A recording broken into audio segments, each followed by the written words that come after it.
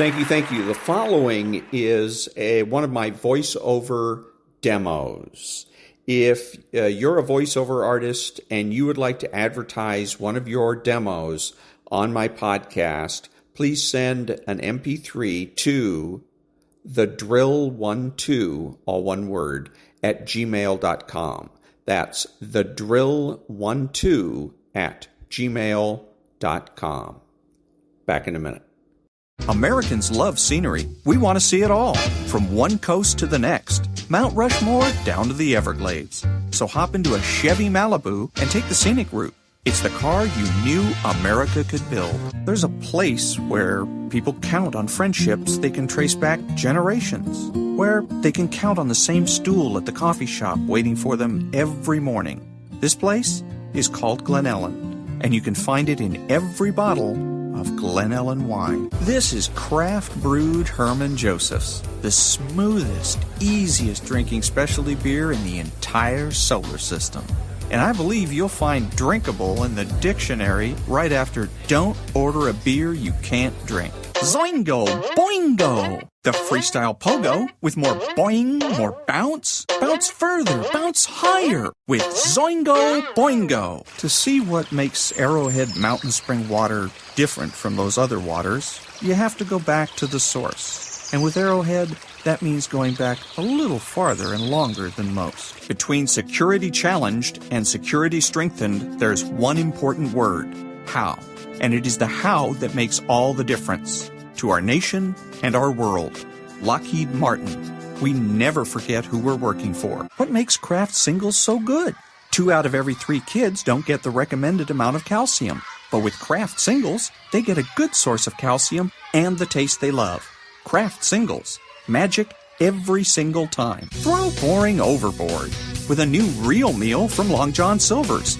A meal worthy of a plate, just $4.99. Only at Long John Silver's. We may not all be geniuses, but we can all do something smart. Introducing the Hyundai 199 Sonata lease. It's a smart deal on a really smart car.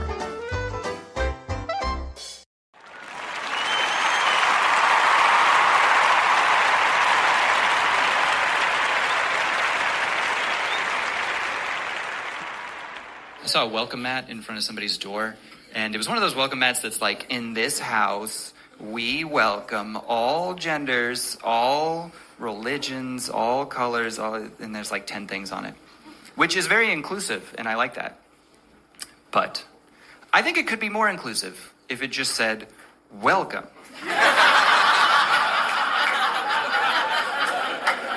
Because that includes everybody. Already, it includes people that can't see very good, you know? Don't make me read the whole thing to find out if I'm allowed into your... Don't make me be like, wait, honey, I gotta see if Jews are on here. Okay, we're good, let's go, you know. Just put welcome. It's also nicer to the kid in the sweatshop that has to sew it together, you know? Now, you know there's like a 9-year-old in Pakistan that's like... And pansexuals.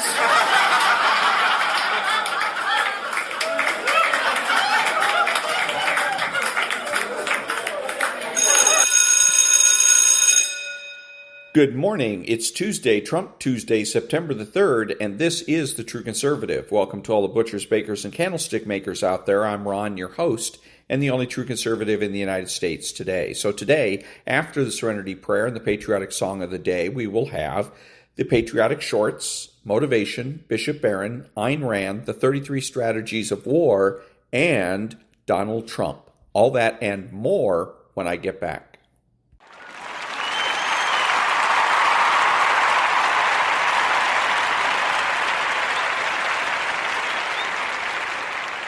God, grant me the serenity to accept the things I should not change, the courage to change the things I should, and the wisdom to know the difference. Amen.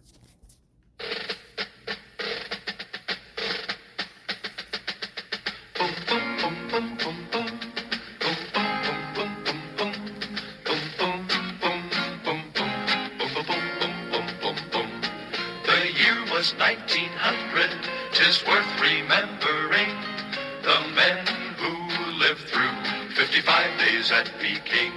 'Twas called the Boxer Insurrection, a bloody Oriental war against all nations of the diplomatic corps.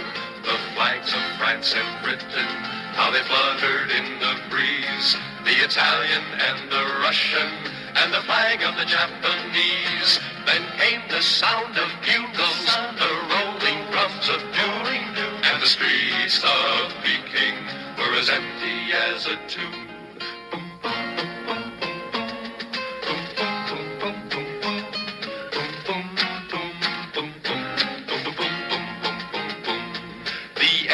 Of all China gave the signal to begin.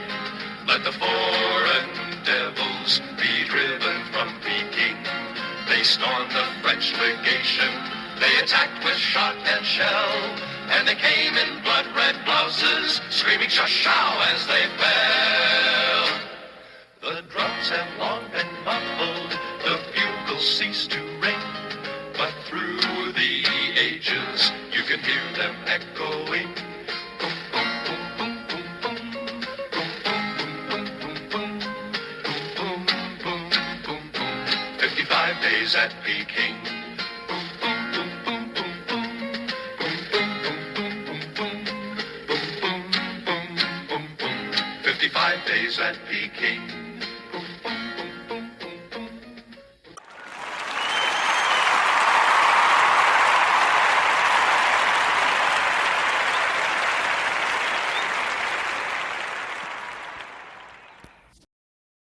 Thank you. And now, Varney and Company. Gearing up for the jobs numbers out on Friday. Varney and Company picks it up. Stu, take it away. Good morning, Maria. Good morning, everyone. First, let's reassure everyone that after a 3-day holiday weekend, there is no huge sell-off for the market. In pre-market action, stocks are indeed down. You always have to say this. We don't know how the market will close. At this moment, prior to the opening of Wall Street, the Dow's off a couple of hundred points and the Nasdaq's down 143. Let's see how we close. Let's get to the political action. Just look at this. Thousands of people in the streets of New York supporting Hamas. 6 hostages, including an American, had been brutally killed by Hamas. And the city's streets are filled with people who seem to approve of it. The president comes back from a 2-week vacation and says Israel's Netanyahu should be doing more to free the hostages. He and Harris blame Israel, not Hamas.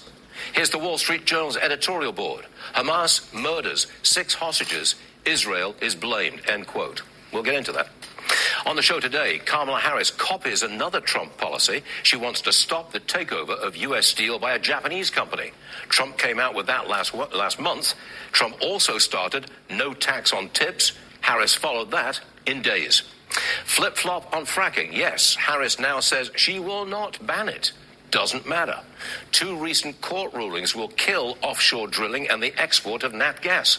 The climate crowd wins in court and doesn't need a fracking ban to kill fossil fuels. And another plus for weight loss drugs. They cut the fatality rate for COVID-19. Is there anything they can't do? Tuesday, September 3rd, 2024, Varney & Company is back and we're about to begin. And that was Varney and Company. Back in a minute.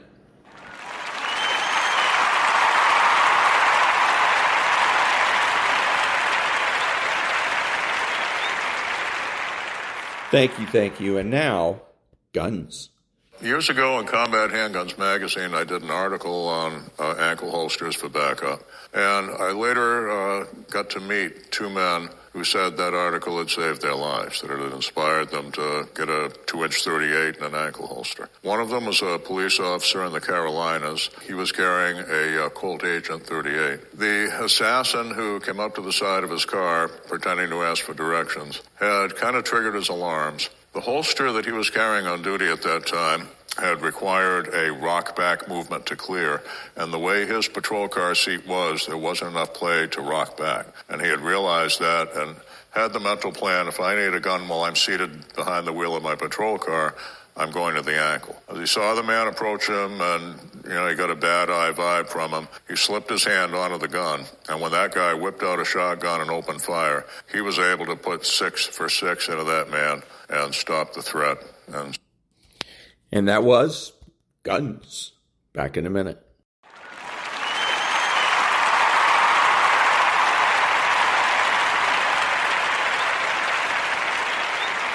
Thank you. Now the patriotic short. I got shot in the back, and it turned me into a gainer. And I rolled down this hill probably 50, 60 feet, landed on my face, and this guy was screaming at me and pointing at me from the hill I just fell off of. These other 2 jokers were moving above me, just laying lead on me as hard as fast as they could. Nothing worked from my chest down now, I'm paralyzed. And I would toss myself off the back side of it. That's how I was faster than they were. And I spun around and rolled my rifle up and waited. And I waited for that spotter. He was chasing me, hilltop for hilltop. I let him walk right into me. Shot him right in the teeth. These other 2 jokers, their high ground turned into my level ground. I had 2 frags left. I let him walk up on top of me, sent a frag out, and that was it. I was in bad shape now. I was dying. I didn't know what to do. So I reached out and I grabbed a rock. And I reached out as far as I could in front of me, and I drew a line in the sand. I'm going to crawl to that till my feet hit it. If I'm still alive, I'm going to do it again. Crawl to it, my feet would hit it, I'd fall down a hill, I'd crawl up another, I'd draw another line, crawl to that. I did that for 7 miles. And that was Patriotic Shorts. Back in a minute.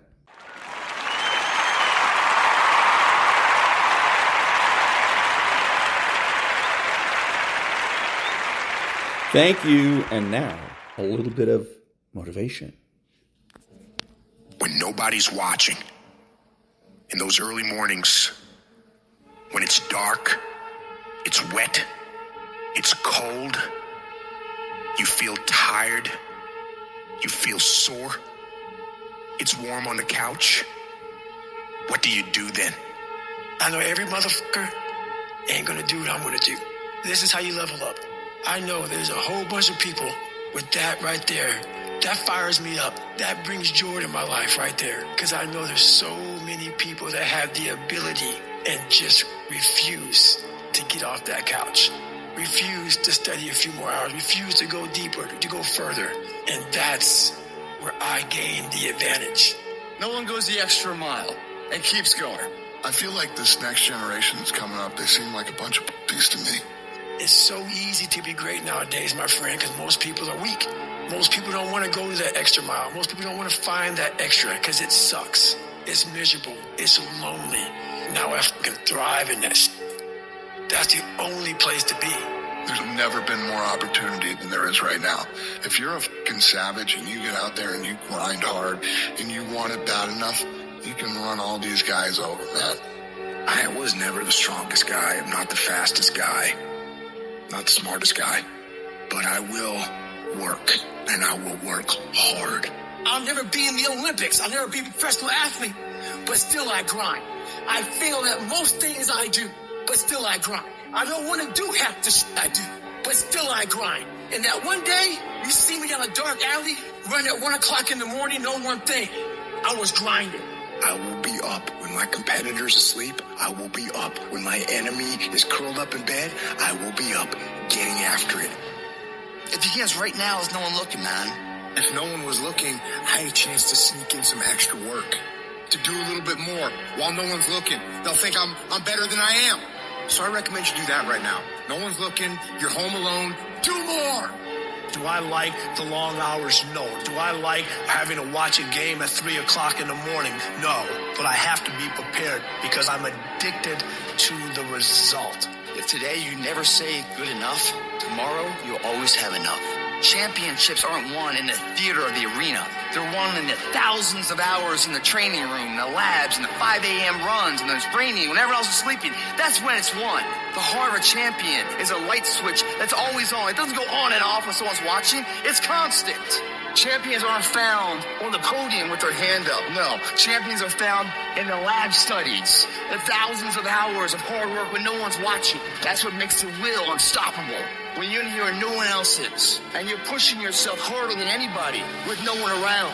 It's how you look at something. If your name's attached to it, then you do it right. The best of your ability every single time. If you're dusting your countertops, do you dust around the picture frame, or do you pick the up and dust the entire thing?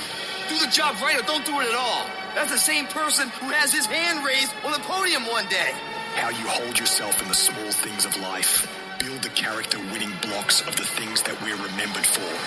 And it begins now with no one looking. How you hold yourself. How you see yourself. What do you do when nobody's watching? If you do it then, I guarantee you'll be doing it when everyone's watching. Execute, execute, execute. And that's what people don't do. They don't execute. Making a freaking plan is the easy part. And you have to understand, if you don't execute on the plan, if you don't get up in the morning when you're feeling tired, scared, if you don't execute, you're not just cheating yourself. You're cheating your family. You're cheating your employees. You're cheating your team. Whatever you're a part of, it's bigger than you, man. Nobody wants to do it. That's the thing. When you look at someone and you say that man or that woman has something that I don't have, nobody woke up with that shit. They got it from showing up every day and executing. And especially when they don't feel like it. Do you think that this just happens? You think, I'm going to show up, I'm going to put in my time, and then I'm going to be rich. And that ain't what happens. Everyone's always looking for other people to do stuff for them. Stop looking for fucking help from everybody else. It starts and ends with you. You've got to do more. You've got to become valuable. You've got to understand that what you get paid to do is the minimum. And everything on top of that is your investment in your future. So if you're going to stand out, don't do the same thing that everybody else is doing. Separate yourself. You playing against other teams and you doing exactly what they're doing. Separate yourselves. Stop doing what they doing. If you stop doing what they doing, you're going to be a champion. Stop following. No more following. No more doing what everybody else is doing. Set the doggone standards. It's time for y'all to set the standard. If you decide that my life deserves my developing this what I do well, and becoming the best at it and mastering myself and seeing what I have within me, I grant you that your gifts will take you places that will literally amaze you.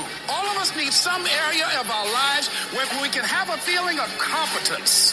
That people know when they think about this area, that's something you do. That you eat and sleep that. And that you do that. You do that. And people know it. If you begin to work to develop your gifts, you'll develop a strong sense of happiness. You'll get a larger vision of yourself. The harder you work, the harder it is to surrender. Everything you do it like this is the last time you're gonna do it. If you're in bed right now and you're rolling around, you can't fall asleep, get the fuck up. It probably means you haven't done an honest day's work to earn that rest at night. I can put an honest day's work in here that more than anyone does in a week. And no one sees it.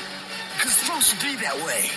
This is a fucking means to the ends. It's not the ends. And you're not in here to get an achievement. You're in here to pay your fucking dues so later in life you never wonder what it. You know what you gotta do to get to paradise?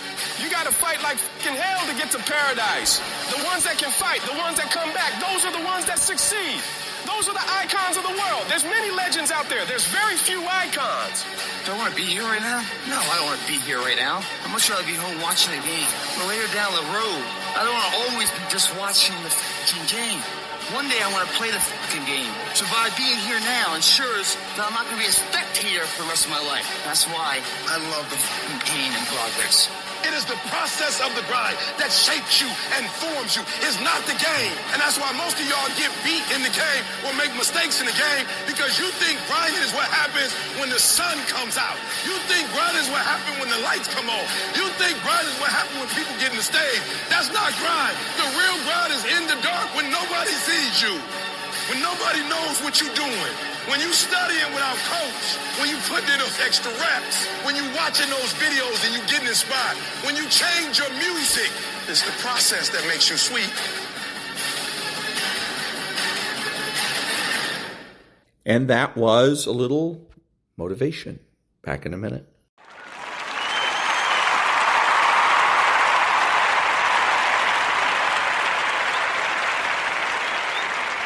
Thank you. And now, the Daily Stoic. The real source of harm. Keep in mind that it isn't the one who has it in for you and takes a swipe that harms you, but rather the harm comes from your own belief about the abuse. So when someone arouses your anger, know that it's really your own opinion fueling it. Instead, make it your first response not to be carried away by such impressions, for with time and distance, self-mastery is more easily achieved. Epictetus, Enchiridion 20. The Stoics remind us that there really is no such thing as an objectively good or bad occurrence. When a billionaire loses $1 million in market fluctuation, it's not the same as when you or I lose $1 million. Criticism from your worst enemy is received differently than negative words from a spouse. If someone sends you an angry email but you never see it, did it actually happen? In other words, these situations require our participation, context, and categorization in order to be bad. Our reaction is what actually decides whether harm has occurred. If we feel that we've been wronged and get angry, of course that's how it will seem. If we raise our voice because we feel we're being confronted, naturally a confrontation will ensue. But if we retain control of ourselves, we decide whether to label something good or bad. In fact, if that same event happened to us at different points in our lifetime, we might have very different reactions. So why not choose now to not apply these labels? Why not choose not to react? And that was the Daily Stoic. Back in a minute.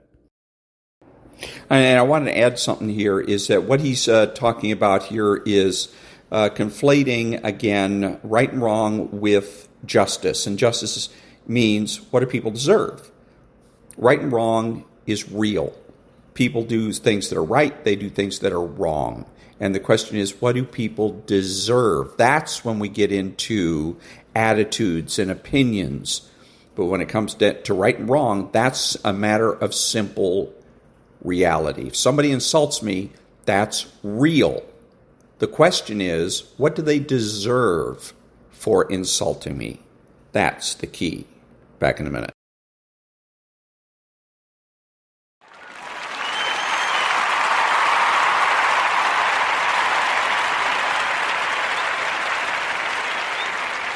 Thank you. And now, Bishop Robert Barron. You want to be happy? Be a saint. What does it mean precisely to be a saint? Well, a saint's someone who's holy. Okay? What does it mean to be holy? To be holy means to follow the will of God. Okay? What's the will of God? Love. God is love. To love is to will the good of the other. Okay, there you got it. To be a saint is someone who habitually wills the good of the other. A saint is someone in whom God is dwelling, in whom the Spirit is alive. Okay, what if you thought of your whole life now under that rubric? My whole life is to be attuned to the path of love, willing the good of the other. What if I woke up every morning and said, that's what I'm going to be about today? Everything else, sure, I'll do all kinds of things, but all of it under the rubric, under the aegis of willing the good of the other. And that was Bishop Robert Barron. Back in a minute.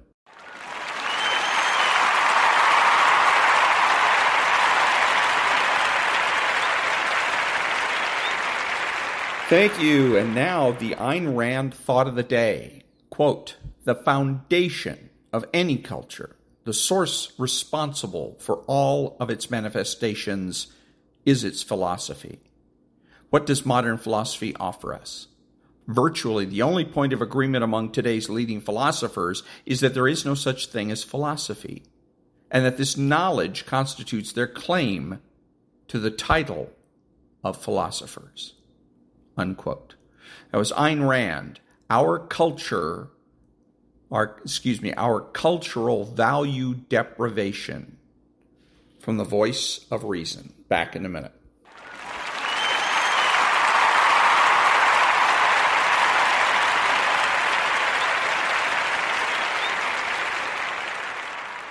Thank you. Now, the 33 strategies of war. Keys to warfare.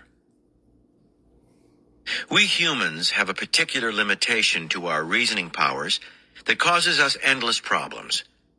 When we are thinking about someone or about something that has happened to us, we generally opt for the simplest, most easily digestible interpretation. An acquaintance is good or bad, nice or mean, his or her intentions noble or nefarious. An event is positive or negative, beneficial or harmful. We are happy or sad. The truth is that nothing in life is ever so simple. People are invariably a mix of good and bad qualities, strengths and weaknesses.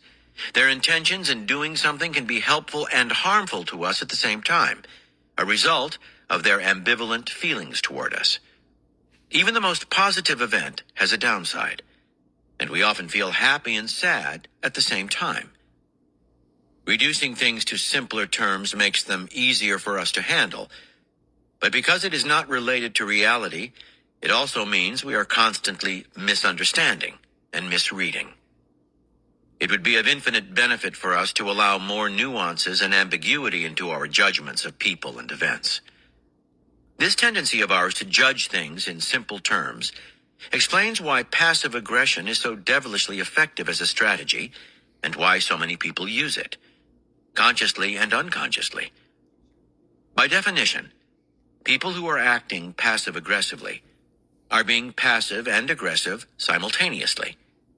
They are outwardly compliant, friendly, obedient, even loving. At the same time, they inwardly plot and take hostile action. Their aggression is often quite subtle. Little acts of sabotage, remarks designed to get under your skin. It can also be blatantly harmful. When we are the victims of this behavior, we find it hard to imagine that both things are happening at the same time. We can manage the idea that someone can be nice one day and nasty the next. That is just called being moody. But to be nasty and nice simultaneously, that confuses us. We tend to take these people's passive exterior for reality, becoming emotionally engaged with their pleasant, non-threatening appearance. If we notice that something is not quite right, that while seeming friendly they might be doing something hostile, we are genuinely bewildered. Our confusion gives the passive-aggressive warrior great manipulative power over us. And that was The 33 Strategies of War by Robert Greene. Back in a minute.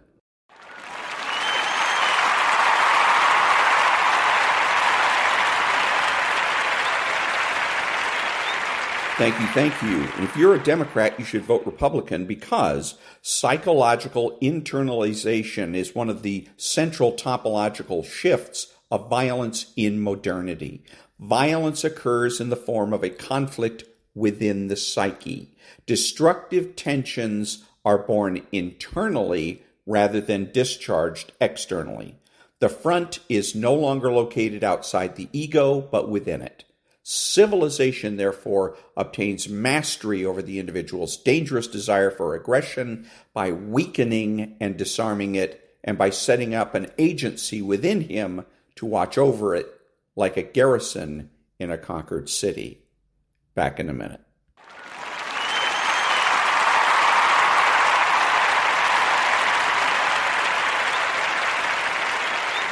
Thank you. Now an interesting little tidbit from Law and Order. That doesn't put Mr. Elwyn in line with any higher moral authority I'm aware of. It places him above the law. We can all acknowledge the existence of a higher moral authority. We see it in action when our collective conscience compels us to reject unjust or immoral laws. But while our actions may be guided by our faith, we deliberately don't conduct them under the guise of religion. Our founders left God out of the Constitution, not for lack of faith among them, but because of what they knew about the toxic combination of state and religious power. So, if Mr. Elwyn regards his prosecution for a hate murder as unjust or immoral, let him present his arguments without the cloak of religion. To that, the people say the defendant's virtuous conduct after Justin Leonard's murder should be a factor in his sentencing. There you go. So that's, again, the conflation of right and wrong with justice, or with guilty and not guilty with justice. Here, the character, Assistant District Attorney McCoy, acknowledges that there is two separate parts to any trial. We can determine guilt or innocence, and then bring in mitigating circumstances, etc., during sentencing so as to achieve justice. Back in a minute.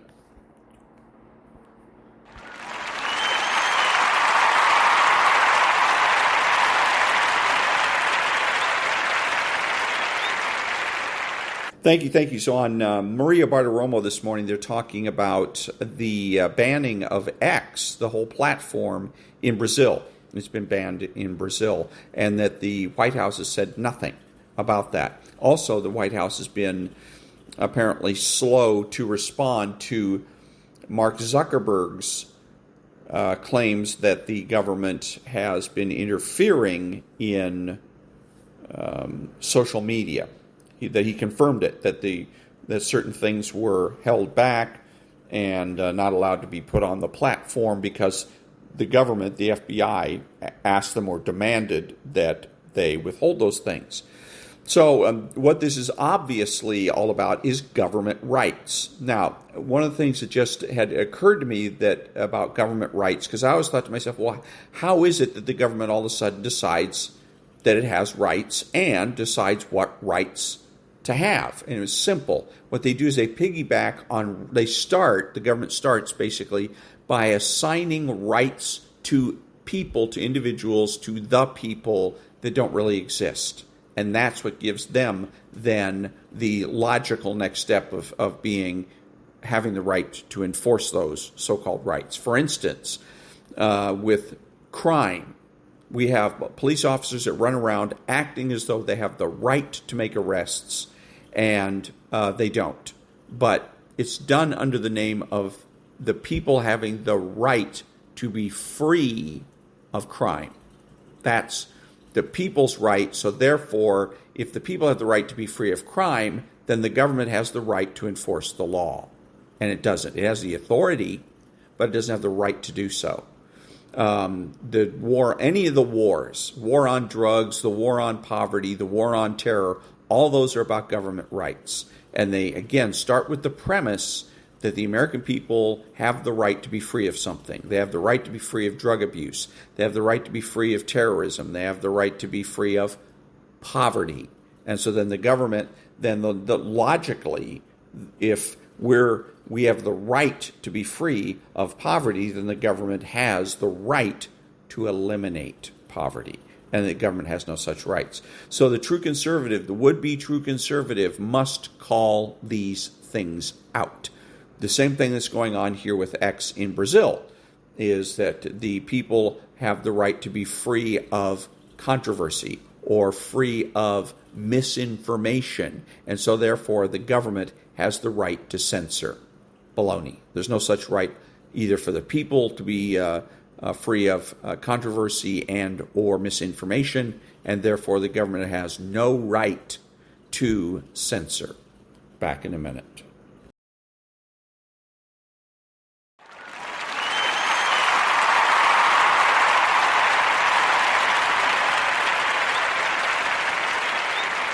Thank you. And now, from the 13 Forgotten Mind Control Secrets, Group Dynamics and Manipulation, Chapter 10.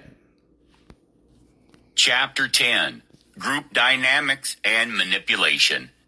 Building on the foundation laid in the previous chapter, where we looked at the art of shaping people's belief systems and core values on an individual level, this chapter widens the lens to explore how you can achieve the same results using group psychology. In this chapter, we're about to examine the influence of group dynamics on people and how that can be leveraged for mind control. We'll look into how people act in groups, understanding what makes them behave in specific ways. By studying shared beliefs, norms, and identities, you'll see how these elements shape how groups are influenced. Understanding the power of group psychology is crucial in utilizing social influence. For example, what binds individuals within a group? The human tendency to conform and the influence of herd mentality are powerful forces that shape our behaviors, decisions, and perceptions. We'll examine how people follow the group and how this natural behavior can be exploited. Group settings create a unique environment where the collective mindset molds individual thoughts and actions, whether in the workplace, social circles, or large societal structures. The principles explored in this chapter will empower you to navigate group dynamics with a strategic approach. Understanding why individuals conform to group norms will reveal insights into how a social group's overall direction can be manipulated. This chapter offers more than just insights. It's a practical guide for honing awareness, enhancing decision-making skills, and learning to take advantage of the manipulation loopholes within the psychology of group dynamics. In essence, Chapter 10 builds upon the strategies shared in the previous chapter, demonstrating that the dynamics of belief modification and perception extend beyond the individual into the collective. You gain a more comprehensive understanding of the mechanisms and how these dynamics play out within groups. Understanding the power of group psychology. In psychology, a group is defined as two or more individuals interacting with each other, sharing a sense of belonging and having some common ground, like interests, values, or goals. This shared identity shapes group dynamics, the interplay of relationships, roles, and processes. Group psychology refers to the study of how individuals behave and interact within groups. It is a branch of psychology that focuses on understanding the dynamics, processes, and influences that shape people's behavior when they are part of a group. Groups can range from small, informal gatherings to large, organized institutions, and the principles of group psychology are applicable in various contexts, such as social, organizational, and educational settings. Here are crucial aspects of group psychology. Social influence. We're all susceptible to the persuasive power of our peers. In groups, conformity pressures can emerge, leading individuals to adjust their opinions and behaviors to fit the perceived group norm. Think of how contagious laughter can be, or how the enthusiasm of a crowd can sweep you off your feet. Group norms. These are the unwritten rules and expectations that guide behavior within a group. Norms can help establish order and promote cooperation, but also stifle dissent and creativity. Remember the awkwardness of breaking an unspoken dress code at a party? Group roles. Within a group, individuals naturally gravitate towards different roles. Some emerge as leaders, while others take on supportive or information-sharing roles.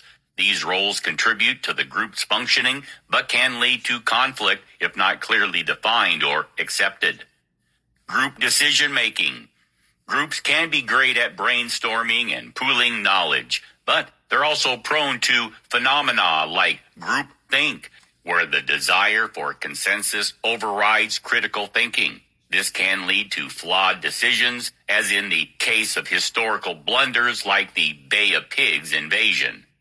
Social identity. Being part of a group shapes our sense of self.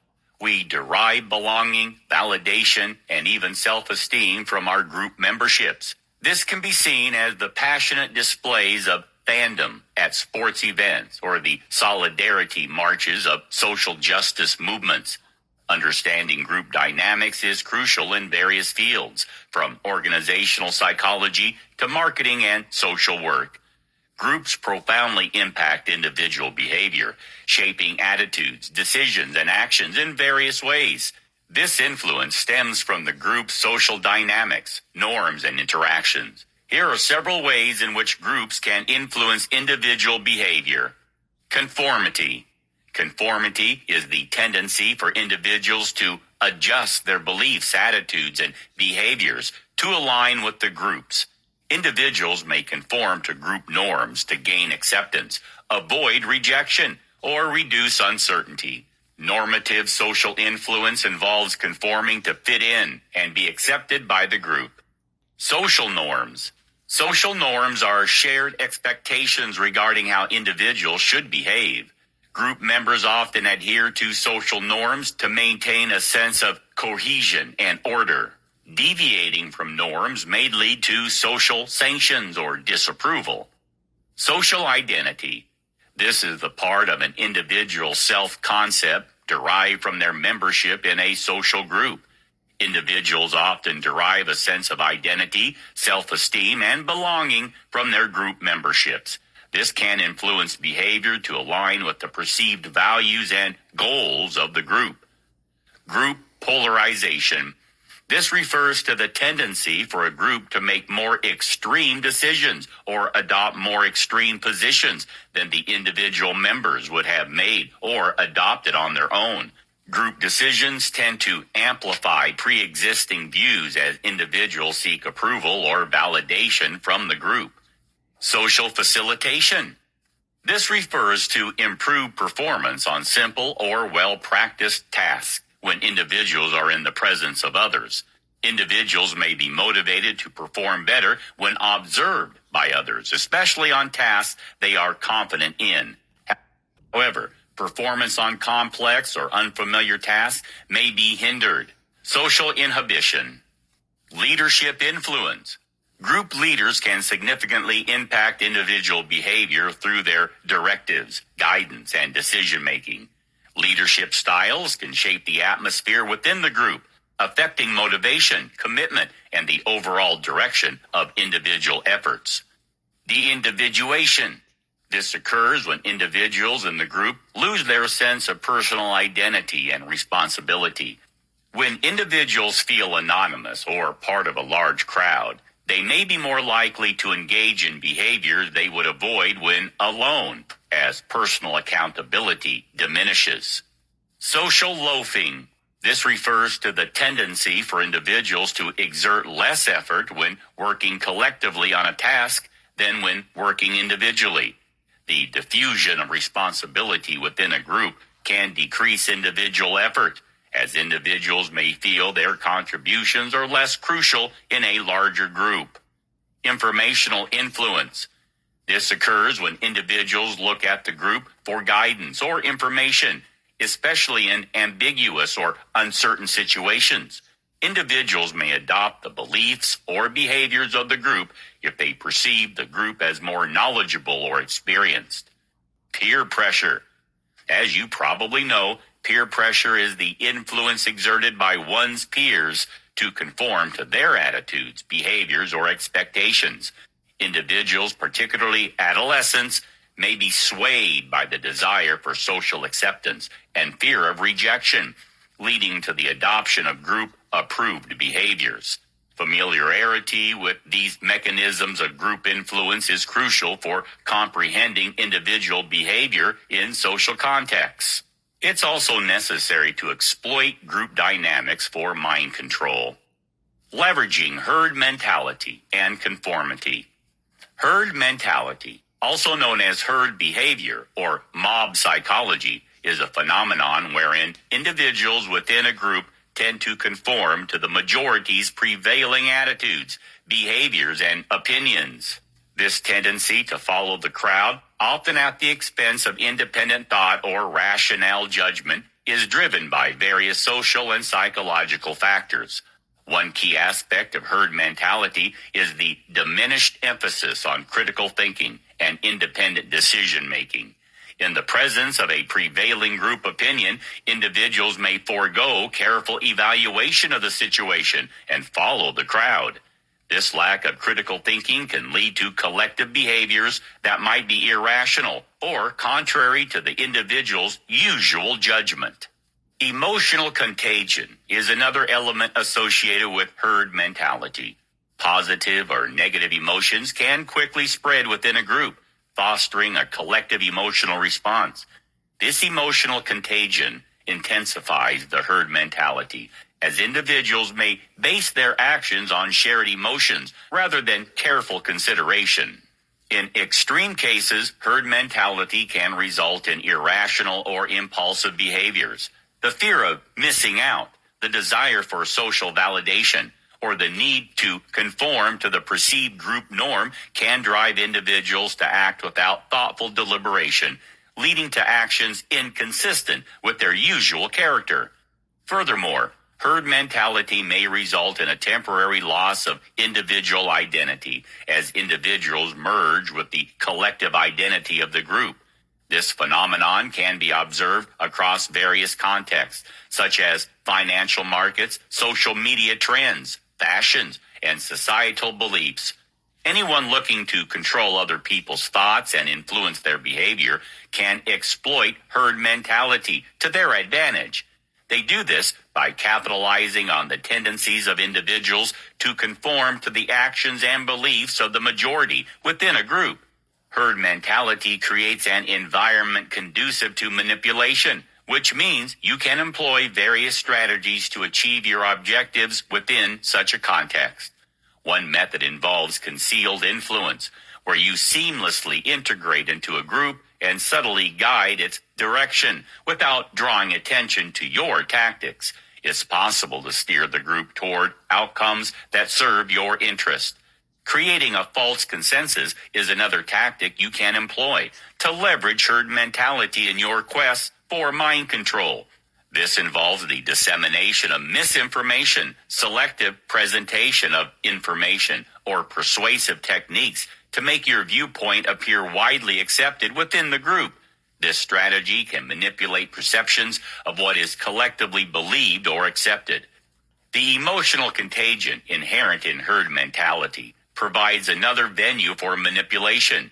You may be able to instigate or amplify certain emotions within the group.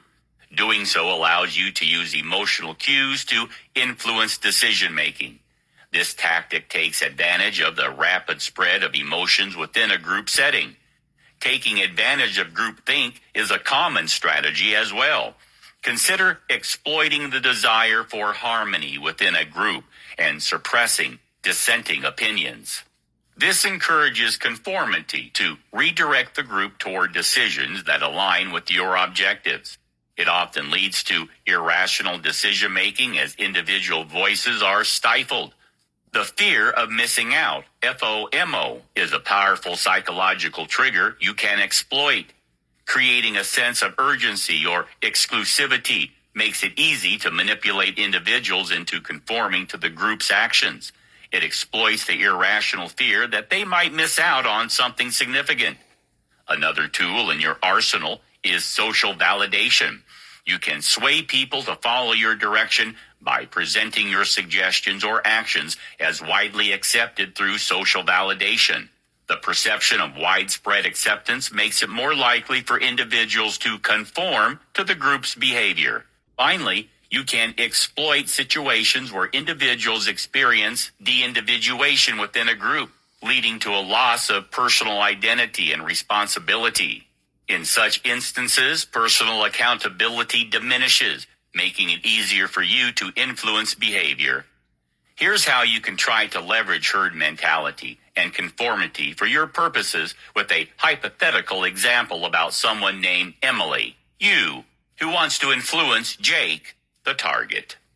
Identifying the target. First, identify an individual as the target for influence. This could be someone susceptible to social pressures, seeking approval, or experiencing uncertainty in a given situation. Example, Emily identifies Jake as a junior team member known for wanting to fit in and gain acceptance within the marketing team. Understanding the group dynamics. Next, you assess the social group dynamics to which the target belongs. This involves understanding the group's norms, values, and current sentiments. Example, Emily observes that the marketing team values creativity and innovation, but tends to follow the lead of the team manager, Sarah, and the senior designer, Mark. Establishing a connection. Building a rapport with the target is crucial. You may initiate friendly conversations, express agreement with the target's opinions, and create a sense of camaraderie to establish trust. Example, as a seasoned graphic designer, Emily engages Jake in casual conversations during coffee breaks, offering advice on design techniques and expressing admiration for his ideas during team meetings. Observing the group's opinions. You observe the prevailing opinions within the group and identify the sentiments or beliefs likely to influence the target. Example, Emily notices that the team often defers to Sarah and Mark's preferences. when making design decisions, creating a pattern of conformity within the group. Subtly introduce ideas. Slowly, you introduce ideas or opinions that align with the group's consensus, although subtly. These ideas may be framed as common knowledge or widely accepted, creating an atmosphere of conformity. Example, during a brainstorming session, Emily subtly suggests incorporating a specific design style favored by Sarah and Mark, framing it as a popular trend in the industry. Using social proof. Employing social proof, you may reference the group's beliefs or actions as evidence of correctness. This can create a perception that everyone else is on board with a particular viewpoint. Example, Emily references successful campaigns where Sarah and Mark's design choices led to positive outcomes, establishing social proof for their aesthetic preferences. Encouraging conformity. Subtly, you encourage your target to conform to the group's opinions, emphasizing the benefits of alignment and the potential consequences of dissent. Example, Emily praises Jake for incorporating elements from Sarah and Mark's design style into his work, emphasizing the importance of aligning with the team's creative vision for project success. Highlighting social validation. You may use social validation, citing instances where others have benefited or gained approval by conforming to the group. This can create a sense of social pressure on the target to do the same. Example, Emily shares stories of team members who gain recognition and praise by conforming to the established design norms, implying that similar conformity would lead to acknowledgement for Jake. Creating emotional connection. Emotional manipulation comes into play by connecting the group's opinions and the target's emotions. This could involve appealing to shared values, fears, or desires. Example, Emily connects conforming to Jake's desire for recognition and acceptance within the team, appealing to his emotions and the need for peer validation. Amplifying emotional contagion. The next step is to subtly amplify emotions within the group to create an emotional contagion. If the group expresses enthusiasm or concern about a particular idea, the target may be influenced to feel similarly. Example, during design presentations, Emily amplifies positive reactions from Sarah and Mark to projects that align with their preferences. This creates emotional contagion, influencing Jake's sentiments. Reinforcing conformity. Positive reinforcement is used to reward the target for conforming to the group's opinions. This could involve praise, acceptance, or other forms of validation. Example, when Jake consistently incorporates elements favored by Sarah and Mark into his designs, Emily positively reinforces his behavior, expressing approval and emphasizing the importance of maintaining a cohesive team aesthetic. Discouraging dissent. Dissenting opinions are subtly discouraged or dismissed within the group. This reinforces the perception that conformity is the norm and dissent is socially undesirable. Example, Emily subtly dismisses alternative design approaches during team critiques, reinforcing that conformity to Sarah and Mark's preferences is the expected and socially desirable behavior. Solidifying the influence. Over time, you work to solidify their influence over the target, making the conformity to group opinions a consistent pattern of behavior. Example, Jake consistently conforms to the majority opinion in design decisions, actively seeking Emily's approval and validation. This solidifies Emily's influence over his design choices within the team. In this example, Emily covertly uses her understanding of team dynamics to influence Jake's design choices by leveraging herd mentality, conformity, and emotional manipulation. As demonstrated in the example, the inherent desire for acceptance, the influence of social norms, and the sway of emotional contagion can lead individuals to align with the majority, sometimes at the expense of independent judgment. If you learn to exploit group dynamics, you can subtly guide individuals toward certain behaviors or beliefs. Herd mentality, conformity, and emotional influence within social groups can significantly impact how individuals perceive, think, and act. And that means they'll always be there for you to take advantage of. Next, let's explore the art of deception together. You're about to learn and master the language of deception in Chapter 11. And that was 13 Forgotten Mind Control Secrets by Ronald Gill, Chapter 10, Group Dynamics. Back in a minute.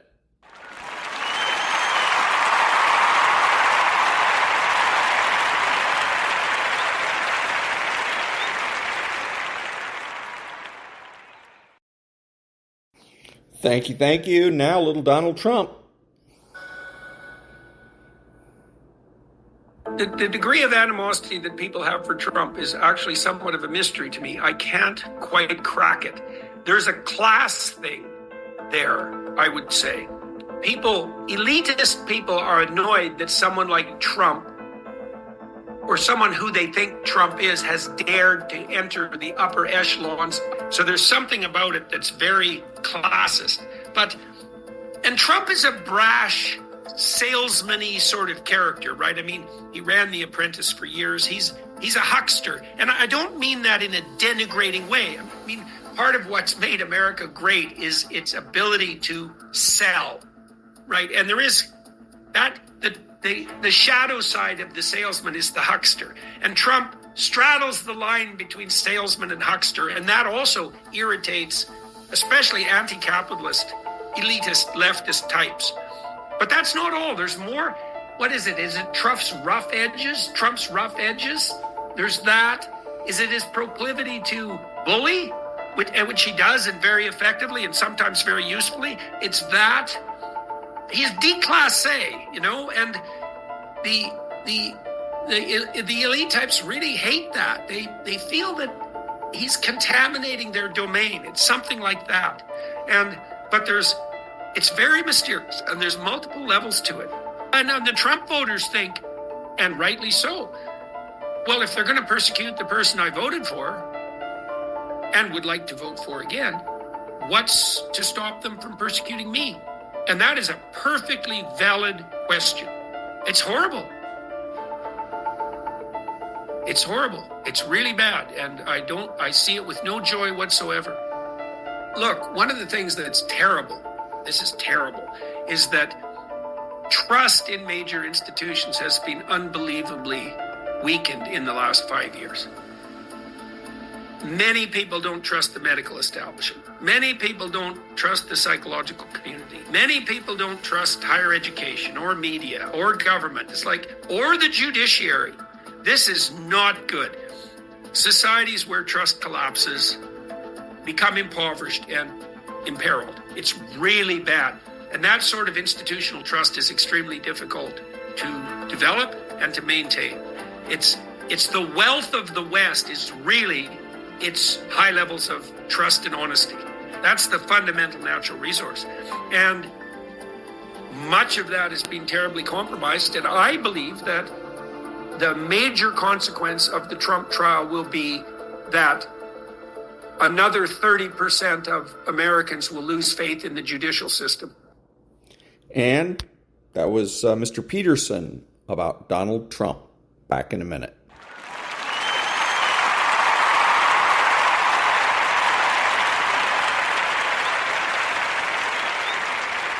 Thank you. This is Ron, your host, the only true conservative in the United States today, bidding adios to all the butchers, bakers, and candlestick makers out there and reminding you that you are not neutral and that the government has no rights.